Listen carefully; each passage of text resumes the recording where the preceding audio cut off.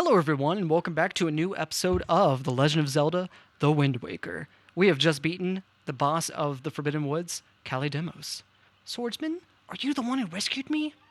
You have my thanks. If y'all don't know, I run a YouTube fan project where I'm 3D modeling the land of Hyrule as it could have existed within the world of the Wind Waker, called Wind Waker Unflooded.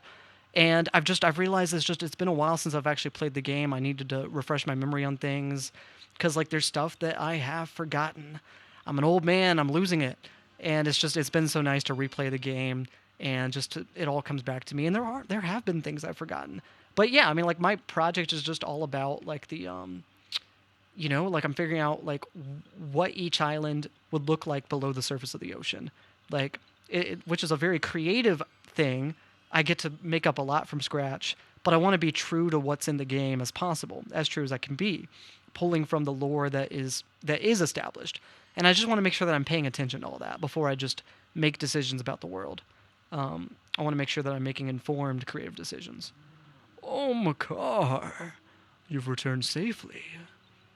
Excuse me. Oh, I'm sorry, Great Tree. I know you wanted us many times. You warned us, but still I did not listen. Aww. Do not worry, Makar. You are safe now. Just be more careful from now on. You've done well, Joe. I must thank you for your brave deeds. Here is that which I have promised you. Please accept it. Hey, yo, what could it be? What's he about to give? What's he got up there? Oh, there it is. Forore's Pearl. I love the way the pearls look, man. They pop out. It's a really great design for the rewards. I think the pearls are just so interesting because they're not meaningless, but in the story, they are a reward. They are a way to track your progress through the story.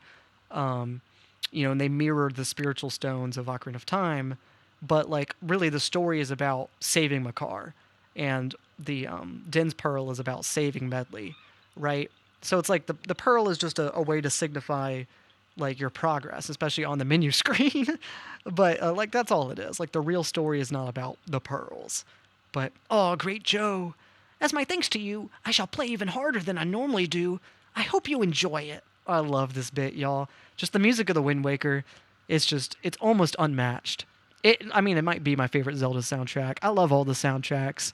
I love Skyward Sword with its orchestra. I love Ocarina of Time. It's really iconic as well. Link to the Past, Twilight Princess. Oh, Twilight Princess is so moving, especially the way that it's all been reorchestrated in the 25th anniversary album. If y'all don't know, they made a for the 25th anniversary of the Zelda series, which I remember like it was yesterday. It's hard to think that the 35th anniversary was a couple years ago too. Oh man, but yeah, I just remember the 25th anniversary album.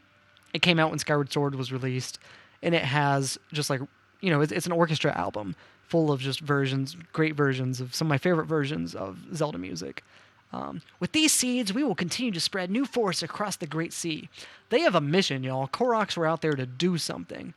I love this, man. I love that the Koroks are just and they're fighting an uphill battle, trying to repopulate the forests of the Great Sea. The world's been flooded.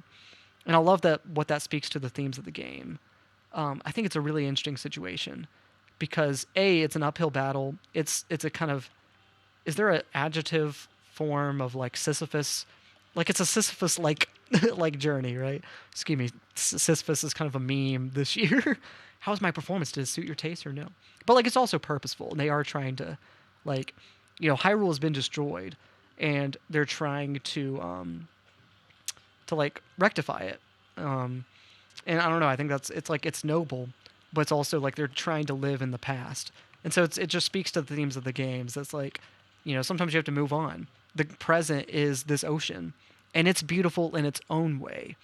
The ocean is a symbol of destruction, of this old kingdom, but it's also of new life. With it, this new world is created, and I think that's really interesting. Just with the themes of the game in mind, the Koroks just are a really integral metaphor of everything. I'm scared to open this post box because if it gives me rubies, my wallet is maxed out. So, anyway, this place too has been attacked by Ganon. Could he already be regaining his power? Joe, you must get the remaining pearl. It lies in a place northwest of here. We must set sail immediately. I hope nothing bad happens while we're on the road. I hope that I can get to that place and it's everything is as it should be. I'm scared. Let's see. Northwest. It's like not pure northwest, so I'm a little bit off the arrow, but I think if I'm pointed this way, it should be fine. There goes the Nintendo Gallery. I don't know if I'm going to do any of it in this playthrough. I don't know if I've already missed my chance with some things. Obviously, the bosses I refight, so I would have a chance with those. But I'm just thinking about like aerial. Do you get aerial for free? Because obviously in a second playthrough you can take a photo of her on outset, but I'm not sure if she's a character that like you can buy from Lenzo. Because there's some pictographs that you can buy from Lenzo, even if you don't like encounter them directly. I know Ganondorf is one of them. I mean, you could also take a photo of Ganondorf, I think, in the final battle. But anyway, I don't know if you can even do the Nintendo Gallery unless it's a second quest. It's easier on a second quest, but I don't know. Maybe I'm tripping. I could be tripping. Ooh, the Private Oasis, one of my favorite islands. We're going to sail past this one. I need to adjust my angle a little bit. Oh, man. I mean, you don't do much there, but like it's such a comfortable island. I mean, that's part of the appeal, but it's also like, I mean, it plays a huge part of the Triforce quest. And at that point in the game, you're exploring islands, you're exploring the Great Sea, and it's a really cool, just ominous location. You get it it's a reward from the quest you do on Windfall, so it's connected to that and Mrs. Marie, and that's just a really meaningful part of the game. So I don't know, the Private Oasis is just, I love it, and just like going below into the depths, which is interesting, right? It's really a spooky location. It's kind of its take on the bottom of the well, which I think is interesting. But yeah, the ocean at night, man. Just I love its kind of quiet tranquility.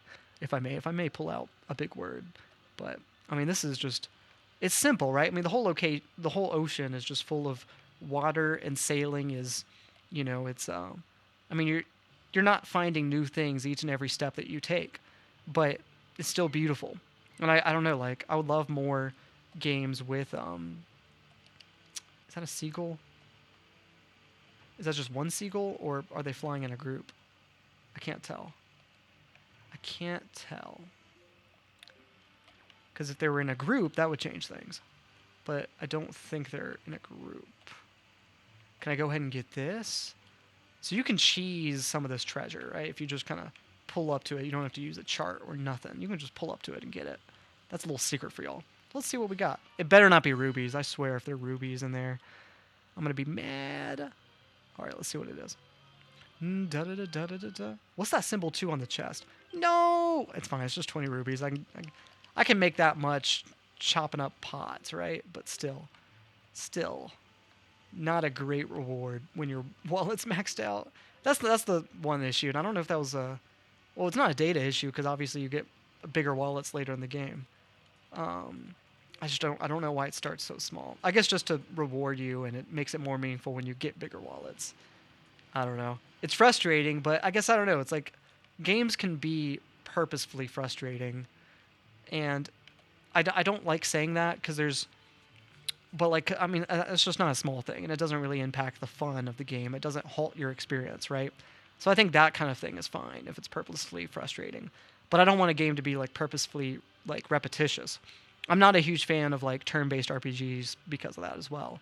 They get grindy, and you have a lot of interactions like with the same enemies where it's like I fought like the slime 100 times, right? And I think that's fine. Like, and I enjoyed some back in the day. I remember playing one of the Dragon Quest games like on the Game Boy as a kid. I enjoyed that. I really loved the Golden Sun games. So like I can enjoy RPGs. It's rare. Even Pokemon.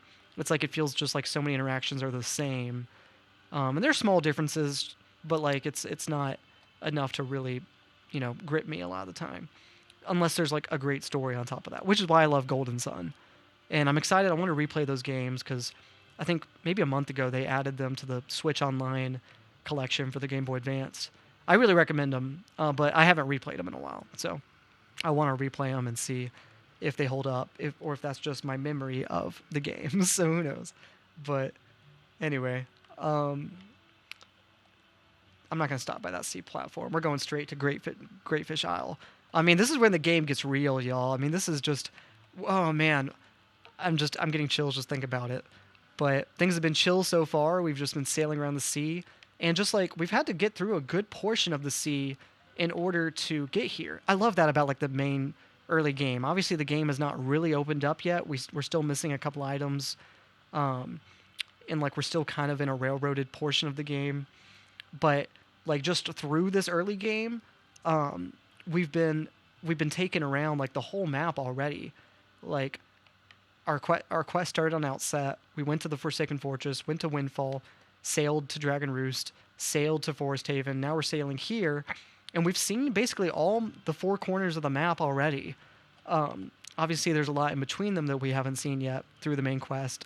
But I love that like even just those first three dungeons, um, like the first part of the game, takes you across the whole map, which I just think is awesome. Look, Joe, do you see it? What has happened to this place? Oh, it's so atmospheric. Greatfish Island. Oh man, yeah, you get there, the storm is beating the island. It's completely destroyed. Well, what is the meaning of this? The island, it is... We are too late. I knew we had precious little time, but I never suspected how little. A great water spirit named Jaboon once lived here, but no sign of him remains. Oh, there, Joe! Who could it be? Let's go. Oh, just... There's no music, too. It's just quiet, and he's just swooping in the storm. Oh, that's great. That's great. Quill, let's go. So you're here. I've been looking for you. Are you by chance seeking the great spirit Jaboon? I'm sorry to report to you that Jaboon can no longer be found here. Just look at how this place has been torn to pieces. I suppose this too is the work of the Shadow in the Forsaken Fortress. That's a great line. But fear not. Jaboon was able to flee this island before he was attacked. He's in a safer abode now. Would you like to guess where that abode may be? On the island where you were born. On Outset. I love how that like frustrates Link, right? Because he's like, he doesn't want it to be in danger, right? He wants Jaboon to be safe. Or he wants Outset to be safe. And if this place was destroyed, what could happen to Outset? Right? Oh, that's great. That's drama. I mean, Outset Island, y'all, like, I mean, y'all, I talked about it when I played through it in this series, but just like, it's so homey. And it reminds me of like Hobbiton, right? In the Shire in The Lord of the Rings. Like, it doesn't take much, for it to just feel like home. And every time they play that music, you go, oh yeah, I'm thinking about home. And Outset Island feels the same way, right? And I think especially because there's that connection of family. That's where your grandma lives, right? And even just the other villagers feel like family. And that's where your sister, that's where you knew her. And even though she's taken, there's all of those places that you remember because of her. Oh man. I love that it talks about like Valoo, like talking about this island as well. Like Valoo is an intelligent creature. I think this game's interesting because like when you meet Valoo, he's enraged. You don't get a good impression of him. It seems like there's a dragon at the top of the mountain in Dragon Roost. It's a monster there. He's enraged. He's causing trouble. He's spewing flames. And yet he's not the monster you fight. It's the monster torturing him. The monster that seems to be enraged is just a product of the true monster beneath sent by Ganon. And I just think that's really interesting. Valoo is an intelligent creature. He may look like a monster, but he's an intelligent dragon. And just in little ways that he gets to kind of like make up for his rage throughout the game. Of course, he ends up helping you in your second visit to the Forsaken Fortress, and he sets fire to Ganon's fortress, which is awesome. And it's just, I don't know, like I think that's a really interesting theme of the game is that like, I don't know, like it's just kind of a micro story, but like, yeah, just Valoo looking like a monster, but he's not. I don't know, I think that's interesting. Let's go to Windfall and see what those pirates are up to. I kind of sped through the text there. Sometimes I read it, sometimes I don't. Just kind of depends on the mood that I'm in. But anyway, welcome to the Endless Night. I don't know, I'm tempted to do... Liam Triforce talks in his video about like the Endless Night challenge, where you try to see how much you can do in the Endless Night. This could be a good time to start charting the islands. Oh, I need to do that eventually. It does make it a lot easier with a complete sea chart, and I haven't been doing that. I should have. I got all this bait for a reason. I should have been doing that along the way. I'm going to start doing it just along the way. I should have already been doing it, but alas, that's how it goes. I'll get Tingle Island when I approach it. Let me go ahead and equip that. Now that I'm thinking about it, um, I don't know. I just realized that I was like, that's something that is the game is easier. And even though like I know most of the locations for the islands, like just for the off chance that I'm like, wait a minute, like which fairy isle, like which quadrant is the fairy island, right? Like repeated islands, it can be confusing. So let's see, where's the splash? There it is up there. So we're going fish hunting, boys. There it is. Just a little splash is all it takes. I know where you are. That's great. And like it's hard to in the storm to figure out where the fishmen live, where they're swimming, just because they're black against the dark night. But then they make that splash, and you can see where they are. So, eat up, boy, eat up. Oi, hey, yeah. I've heard. I take it you want to chart information about the island. I do actually. That would be really nice. Here we go. Da ba da ba da ba. Doot doot doot. All right. You got any hints for us? Well, let me tell you a little something about that island over there, small fry. The guy who lives there is named Tingle, but he won't grow up and act his age. He still dresses like a little kid. That is not normal. Still, from what I hear, he can decipher maps like nobody's business. Just goes to show you that you can't judge a person on appearance alone, Fry. Of course, the thing about this Tingle guy is that when it comes time to pay his deciphering fee, you'd better be ready to fork over some serious dough. Anyone who doesn't have a deep wallet won't be reading any maps, that's for sure. And that's all the info I've got to offer. We should save Tingle. We should do that. Maybe when we get to Windfall Island, maybe this is that episode where we finally get to see Tingle face to face. Oh, this is so dramatic. With the, how do y'all say it? The Georgs? The Gyorgs? I don't know how y'all say it. Like the names of the sharks that are pursuing you during the Endless Night. I don't know what to call them. I don't know if Georg is the proper term. We need a voice actor in Tears of the Kingdom to say the name of that enemy. I don't know how much they've appeared throughout the series. I think they're in a couple of other games, but I don't know for sure if there's any if there's anything like specifying their name, anything that would help point to pronunciation. That's the toughest part about Zelda, with all these text-based games with very little voice acting. For years, we had no idea what the correct pronunciations of things were. Right? Kakariko was tough. Gerudo. It was very controversial for a long time. Some of these things. Kakariko versus Kakariko. Why does it do this? I don't know if this happens on every playthrough that I've done, but sometimes I get teleported back during this section of the game. I don't think that always happens, but I think it happens sometimes. Tell me if I'm tripping. Maybe that happens in every playthrough, but I feel like sometimes I'm able to just sail straight up to Windfall. Like, I think it's to, like, load in the new scenario, to load in the pirate ship. But I don't know why, because I think sometimes the load in is pretty seamless. Either way, it's not a huge issue. Just, I think it's interesting that the game kind of pauses for a second there. Fairly seamless, but anyway. It's just as the postman told us. The pirate ship has stopped here to avoid drawing the attention of the townsfolk. I know not what they are researching, but if they are hoping to get their hands on Jaboon's sacred gem, I doubt they would tell you anything directly if you were to ask them. Joe, I think you should try to find out what the pirates are up to, without them finding out about you. Okay. Let's see what I can do. I mean, I know where they are, so how about let's just go pay them a visit directly. We can waste time later. But, like, if I know what to do, I'm not going to be intentionally dense. I always think about that house clip. Are you being intentional? No! Are you being intentionally dense? And then he goes, what? That's great. Shout out to the show House. I think I can stream it. I want to watch more of that show because, I mean, I love the Sherlock Holmes format, right? Sherlock Holmes is just a great character, and clearly House is based on him. Hugh Laurie is a great actor. Just sometimes it's like just medical dramas. It's like it's tough thinking about that stuff, right? Like just about how fragile the human body is. And I don't like thinking about it. I think it's okay to draw a line.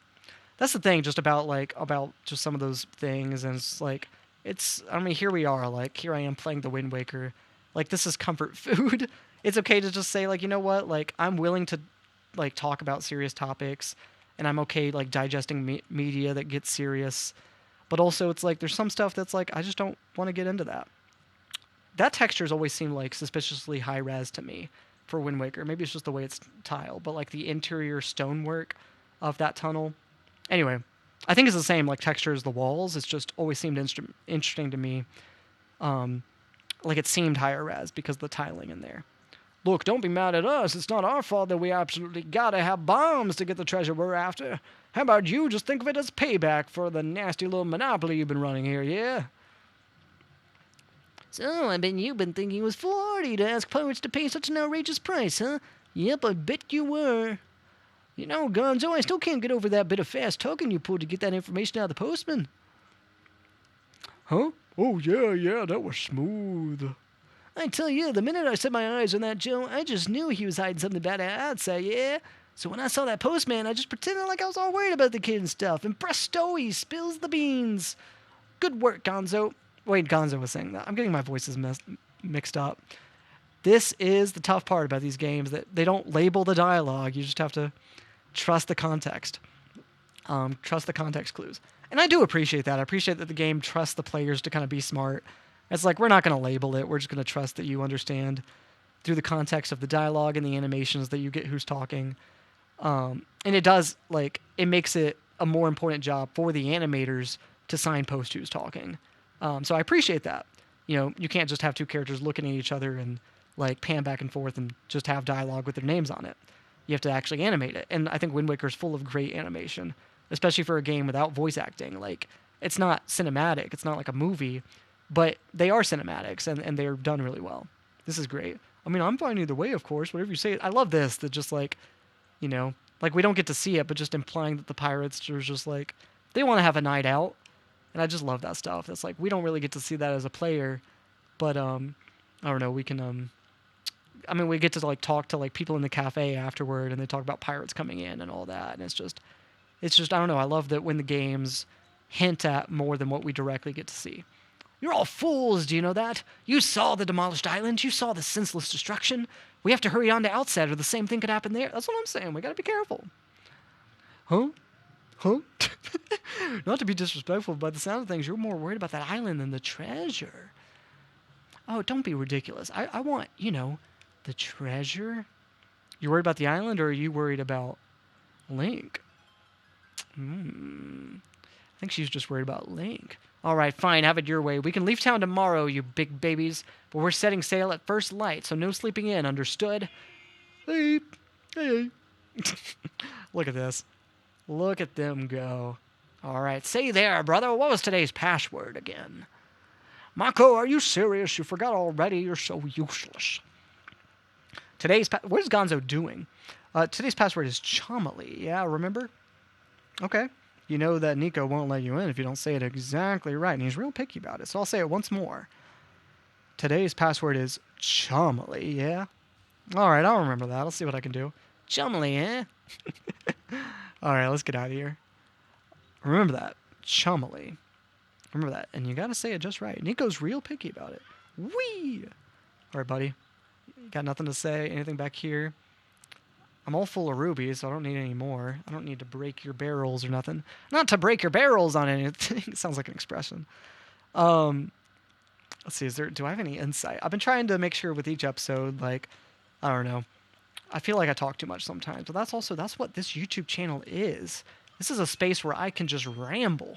So I don't need to apologize for that. Y'all are choosing to watch me. You know what I'm saying? Like, I'm not forcing you to watch the channel, so I might as well just talk and say what I want. You know what I'm saying? Oh, how do you treat a shark?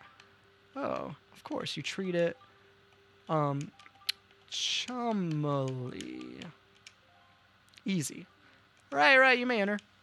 I love the riddles. They're different every game. There's some that, like, you haven't seen, like, I don't see for a while if I haven't done a playthrough in a second. So I love that.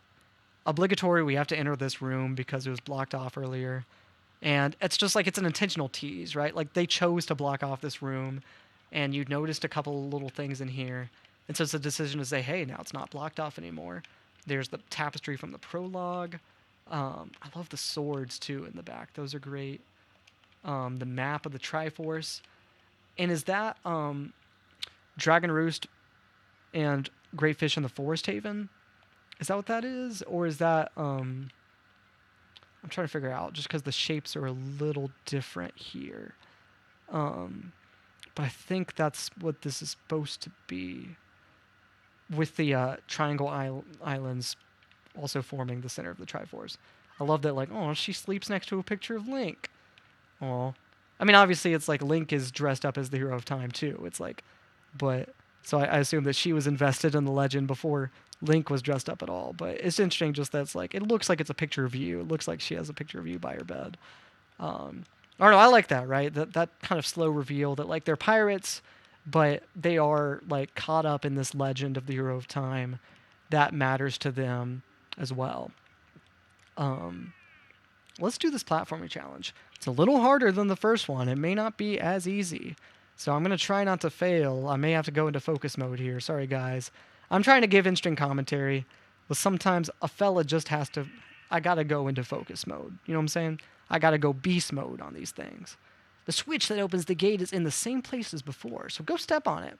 If you get all the way to this side before time runs out, I'll give you the bombs we got in town. Yeah, you heard me. Give it your best shot, Swabby.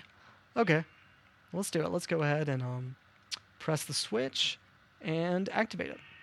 And the gate is up. Presto, gates open. All right, here we go. Let's make sure we're... Now, this is weird because the lanterns move, right? They're not just swinging, but they're moving. And whether that makes sense or not is up to you. See, that's a pro maneuver. I just skipped that rope that's behind me. I didn't even have to swing on that one. So let's see if I can line up well enough with that. Now, this lantern's going to... Is this the one that's going to move again? Some of them, like, move strangely. And so you have to anticipate the fact that they're, like, not stationary. But I've done pretty well here. See, I'm lined up with this one now, but I'm worried by the time I swing, it's going to move. So it's chilling right now. And I'm getting a good swing. And, oh yeah, let's go. Easy, easy. It's not always this easy. Even as an adult, I've struggled on this challenge before just because the ropes are so thin and the game is a little bit forgiving, but not a whole lot. I didn't even hear the ticking, so we did pretty good that time. Y'all, I'm a pro gamer. I don't know if y'all know how good I am at this game. I don't know if y'all know that. I gotta treasure these moments where I do well, because it doesn't happen all the time. Here we go. Let's get the bombs.